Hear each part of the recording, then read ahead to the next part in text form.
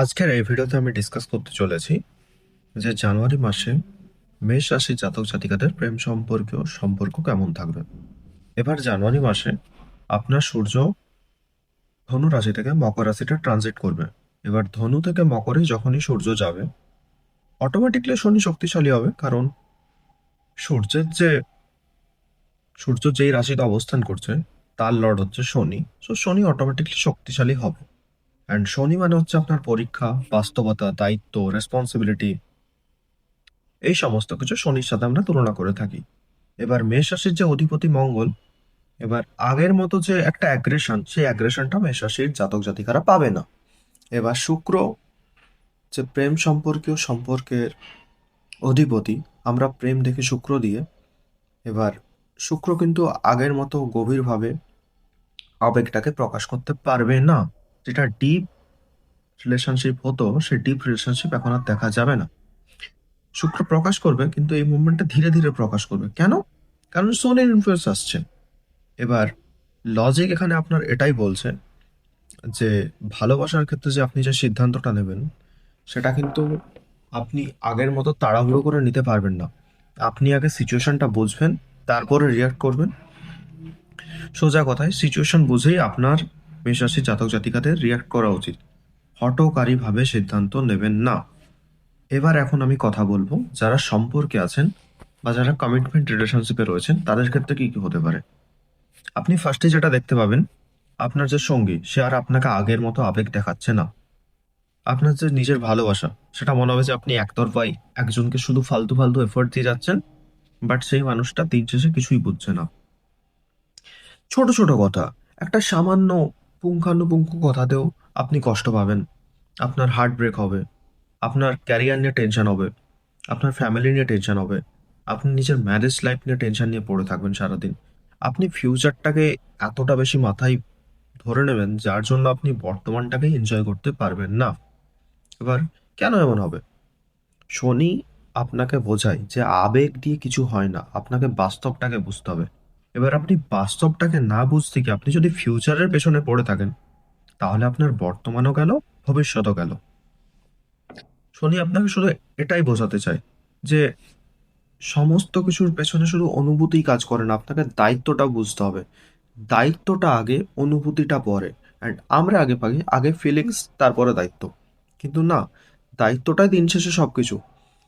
এবার যারা সম্পর্কে আছেন কিন্তু যদি এই ভুলগুলো করেন, তাহলে কি হবে? আপনি যদি ইগো দেখান, তাহলে আপনার যে ছোটখাটো ঝগড়াগুলো, সেগুলো বড় বড় ঝগড়াতে পরিণত হতে পারে। এবার আপনি যদি হঠাৎ করে কোনো ডিসিশন নেন, তাহলে আপনার রিলেশনশিপের মধ্যে দূরত্ব বাড়বে। এবার আপনি যদি চুপ করে থাকেন, যে আপনি কিছু বলছেনই না, তাহলে আপনার এর ভুল বোঝাবুঝি আরো বাড়বে।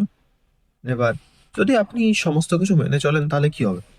আপনি যদি ফোকাস করতে পারেন, আপনি যদি ধৈর্য ধরে রাখতে পারেন, তাহলে দিন শেষে আপনার সম্পর্কটা কিন্তু আরো স্ট্রং হবে। আর আপনি যদি ধীরে ধীরে কথা বলেন, বিচার করে দেখেন যে এই কথাটা বলা উচিত কি উচিত নয়, আপনি যদি ক্যালকুলেটিভ ওয়েতে চলেন, তাহলে কিন্তু আপনার সম্পর্কটা আরো গভীর হবে। বোঝা গেল? এবার আপনার ভবিষ্যৎ নিয়ে ভাবা উচিত। এবার ভবিষ্যৎ নিয়ে আপনি যদি বাস্তব আলোচনা করেন, তাহলে আপনাদের রিলেশনশিপটা আরো স্টেবিলিটি হবে বলেই বোঝা যাচ্ছে। কারণ শনি কোনোদিন রিলেশনশিপে ব্রেক দেয় না, শনি অ্যাকচুয়ালি আপনাকে দায়িত্বর কথাই বলে। এবার সোজা কথায় আমি যদি বলতে চাই, যারা সম্পর্কে রয়েছেন 2026-এ, তাদের যদি জানুয়ারি 2026-এ সম্পর্কটা টিকে যায়, তাহলে 2026-এর বাকি সময়টা ভালো যাবে বলেই মনে হচ্ছে। এবার যাদের রিলেশনশিপ অন এন্ড অফ রয়েছে, মানে দূরত্ব রিলেশনশিপ রয়েছে, লং টার্ম রিলেশনশিপ রয়েছে, লং ডিস্টেন্স রিলেশন, যারা এরকম রিলেশনশিপে রয়েছে, লং ডিস্টেন্স বলাটা ঠিক নয়, মানে কখনো ঠিক আছে, দুদিন, মানে ঘোস্টিং পিরিয়ড টাইপের, দুদিন কথা হলো, 3 দিন বন্ধ, আবার কিছুদিন কথা হলো, 2 দিন বন্ধ, মানে ঠিক নেই। এরকম যারা রিলেশনশিপের মধ্যে রয়েছে, আপনাদের মধ্যে যোগাযোগ কমে যাওয়ার একটা বড়ই টেন্ডেন্সি দেখা যাচ্ছে। কারণ শনি কমিটমেন্ট চায়, উইথাউট কমিটমেন্ট শনি সেখানে থাকবে না। তাহলে কি করা উচিত? আপনার একটু ব্রেক নেওয়া উচিত ওই জায়গাটা থেকে। আপনার নিজের সাথে নিজের টাইম স্পেন্ড করুন। সবসময় ওনার নিয়ে ভাবতে যাবেন না। আপনি রিলেশনশিপে জায়গায় নিজের কথাটা এবার ভাবার চেষ্টা করুন। এবার পুরানো ঝগড়াও কিন্তু হতে পারে যারা এরকম ধরনের রিলেশনশিপে রয়েছেন, অন অফ রিলেশনশিপে রয়েছেন। এবার কেন এটা হবে? শনি কিন্তু আপনার কোনো নতুন করে কোনো ফাটল দেখায় না, শনি কিন্তু রিলেশনশিপ ভাঙে না। শনি সেই রিলেশনশিপগুলোই ভাঙে যেগুলো অলরেডি ভাঙা রয়েছে, ঠিক আছে? এবার জানুয়ারিতে যদি ডিস্টেন্স হয়ে যায়, যদি জানুয়ারিতে আপনাদের সম্পর্ক ভেঙে যায়, যারা অন অ্যান্ড অফ রিলেশনশিপে রয়েছে তাদের কিন্তু ফেব্রুয়ারি মার্চের দিকেও নতুন করে রিলেশনশিপ আসার কোনো সম্ভাবনা নেই, কোনো চান্স আমি দেখছি না।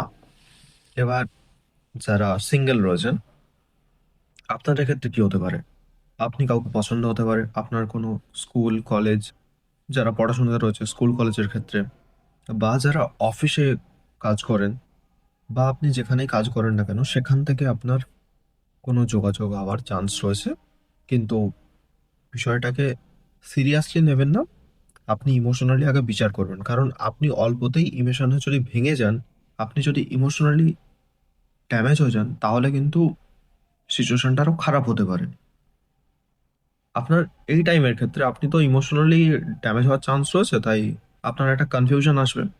সেখান থেকে আপনার মনে হবে যে আমি মানুষটার প্রতি আকর্ষিত হয়েছি, বাট ওটা আকর্ষণও ঠিক না, আলটিমেটলি আপনার শুধু ড্যামেজই হবে। আপনার যদি ইন্টারনাল ড্যামেজ হয়ে যায়, আপনি যদি মেন্টালি ইমোশনালি ড্যামেজ হয়ে যান, তাহলে আর কি লাভ? তাহলে তো কিছু লাভই নেই। রিলেশনশিপের মেন মোটিভটা কি? একে অপরকে শান্তি দেওয়া, একে অপরকে খুশি রাখা। এবার আপনি যদি নিজেই কনফিউজ থাকেন, আপনি যদি মেন্টালি আনস্টেবল থাকেন, তাহলে আপনি সামনের জনের মানুষকে কিভাবে খুশি দেবেন? বোঝা গেল কথাটা? এবার যারা সিঙ্গেল রয়েছে 2026-এ, তাদেরকে আমি ডাইরেক্টলি বলছি, যদি আপনাকে কোনো সম্পর্ক শুরু করতে হয়, খুব স্লো অ্যান্ড স্টেডিলি সম্পর্কটা স্টার্ট করুন। একদম হঠাৎ করে রাশ করে কোনো রিলেশনশিপ স্টার্ট করবেন না, সেটা আপনাকে ঘুরে ক্ষতি করতে পারে, ভালো তো কিছু হবে না। এবার যাদের এক্সের সংক্রান্ত বিষয়, বা যাদের পাস্ট কোনো কানেকশন রয়েছে, তাদের হঠাৎ করে কোনো এক্স ফিরে আসার চান্স হতে পারে। এটা হতেই পারে, হঠাৎ করে এক্স আসতে পারে, কিন্তু আবার সেই কিছুদিন পরে একই ধরনের প্যাটার্ন শুরু হবে অ্যান্ড রিলেশনশিপটা আবার ভেঙে যাবে। সো আমি যদি বলি, এক্সের সাথে আপনি রিলেশনশিপে যাওয়ার চেষ্টা করবেন না, অ্যাটলিস্ট এই জানুয়ারি মাসে। খারাপ হওয়ারই চান্স রয়েছে, ভালো হওয়ার কোনো চান্স নেই, বরঞ্চ নেগেটিভ থেকে আরও নেগেটিভ হতে পারে। সো যাদের পাস্ট কানেকশন রয়েছে, জানুয়ারিতে অ্যাটলিস্ট কনভারসেশনটা বন্ধই রাখুন, অ্যাটলিস্ট রিলেশনশিপ সংক্রান্ত কনভারসেশন। এবার মোরাল অফ দ্য স্টোরি, এই মেষ রাশির যে 2026-এর জানুয়ারি মাসটা, যদি কোনো সম্পর্ক যদি ফাটল থাকে, তাহলে সেটা ব্রেকআপের দিকেই এগাবে। অ্যান্ড যেগুলো আপনি করবেন না জানুয়ারিতে, তাহলে হঠাৎ করে আপনি কোনো প্রপোজ করবেন না, হঠাৎ করে আপনি ব্রেকআপ করতে যাবেন না, অ্যান্ড সম্পর্কে কোনো তৃতীয় মানুষকে জড়াবেন না, এক্সট্রা ম্যারিটাল সম্পর্ক থেকে দূরে থাকবেন, অ্যান্ড সোশ্যাল মিডিয়াতে কোনো ধরনের উল্টোপাল্টা পোস্টের লাইক টাইক করবেন না, যেটা নিয়ে আপনাদের কিছু কন্ট্রোভার্সি হতে পারে। লাইক ইন টার্মস অফ আপনি সোশ্যাল মিডিয়াতে উল্টোপাল্টা পোস্ট করলেন, উল্টোপাল্টা রিল শেয়ার করলেন, যেখান থেকে আপনার সম্পর্কের কোনো একটা ফাটল হওয়ার চান্স রয়েছে, তাই এখান থেকে আপনি একটু বেঁচে থাকুন। এবার যেই সমস্ত কাজ করলে আপনার সম্পর্কটা লং লাস্টিং হবে: এক, আপনি এই টাইমে কথাগুলো ধীরে বলুন, কিন্তু সত্যি কথা বলবেন, কম কথা বলবেন। কোয়ান্টিটিটা লেস হোক না কেন, কোয়ান্টিটি যদি কম হয় তাতে কোনো প্রবলেম নেই, বাট সেটা না কোয়ালিটি কন্টেন্ট হয়। অ্যান্ড আবেগ দিয়ে নয়, আপনি নিজের আচরণ দিয়ে ভালোবাসাটা প্রকাশ করুন। শনি আবেগ মানে না, শনি আচরণ, বিহেভিয়ার, এই সমস্ত কিছুই মানে। এবার আপনার টাইম এসেছে সম্পর্কে টাইম দেওয়া। আপনি যদি নিজের সম্পর্কে টাইম না দেন, তাহলে আর কিছুই হচ্ছে না। অ্যান্ড আপনাকে ধৈর্য ধরতে হবে যে ঠিক আছে, আমি ধীরে ধীরে যাই, ক্যালকুলেটিভ মুভ করুন, একবারে রাশ করবেন না, সমস্ত কিছুই ভালো হবে। এবার যেটা মোস্ট ইম্পর্ট্যান্ট পয়েন্ট, সেটা হচ্ছে এই মাসে আপনার যে সম্পর্কগুলো সেগুলো পরীক্ষা নেবে, অ্যান্ড ফেব্রুয়ারি থেকে আপনি ফল পাবেন। অ্যান্ড আমি কিছু আপনাকে ডেটগুলো বলতে চাই যেগুলো খুব ইম্পর্ট্যান্ট এই মাসের জন্য, আমি যেটা নোট করে রেখেছি। সেটা হচ্ছে আপনি যদি যারা সিঙ্গেল রয়েছেন তারা 1 থেকে 14 তারিখ অবধি আপনার রিলেশনশিপে কনফিউশন থাকতে পারে এবং 15 থেকে 25 এই টাইমে আপনি একটা কোনো পার্সনকে পেতে পারেন। বাট এই টাইমে আপনি ওভার রিঅ্যাক্ট কিছুই করবেন না। আপনার ওভার রিঅ্যাক্টের একটা টেন্ডেন্সি থাকে। 26 থেকে 31 এই টাইমে যদি আপনার মনে হয় যে পার্সনটা আপনার জন্য সত্যি সুইটেবল, দেন আপনি ধীরে ধীরে কনভারসেশন স্টার্ট করুন।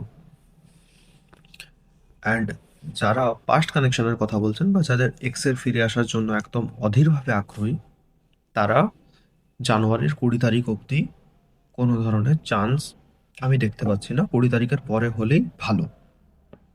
এবার যেই সমস্ত ডেটগুলো আপনার এই মাসে অ্যাভয়েড করা উচিত, 13ই জানুয়ারি, 11ই জানুয়ারি এবং 6-7 জানুয়ারি, এই টাইমগুলোতে মানে আপনি ইগোর সাথে ইমোশনকে গুলিয়ে ফেলবেন, যেটা নিয়ে প্রবলেম হতে পারে। সো রিলেশনশিপ সংক্রান্ত বিষয়গুলো এই টাইমে আপনি দেখে নেবেন।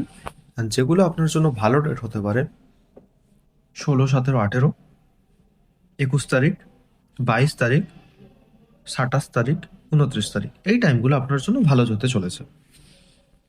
এবার ফাইনাল যে মেসেজটা আমি আপনাদের সবাইকে দিতে চাইবো, যে জানুয়ারি মাসে আপনি রিলেশনশিপ শেষও করতে চাইবেন না, শুরুও করতে চাইবেন না। আপনার শেষ করারও দরকার নেই, শুরু করারও দরকার নেই। আপনি যেটা চলছে সেটাকে জাস্ট এগিয়ে নিয়ে যান। ওভার রিঅ্যাক্ট করার কোনো দরকার নেই। আপনার নিজের মেন্টাল হিলিংয়ের প্রয়োজন, এটাই আপনাকে বুঝতে হবে। এবার এই ভিডিওটা আমি এখানেই শেষ করছি। যদি আপনার কোনো কোশ্চেন থাকে, আপনি আমাকে এই ইউটিউবের চ্যাটেই সেটা লিখতে পারেন। বাট দরকার হলে আপনি আমার ইনস্টাগ্রামেও আমাকে মেসেজ করতে পারেন। আমি ইনস্টাগ্রামের আইডিটা নিচে দিয়ে দেবো। আপনি কোশ্চেন করুন, আমি অবশ্যই অ্যান্সার দিয়ে দেবো, কারণ আমার চ্যানেলটা তো ছোট। সো এটাই। Thank you.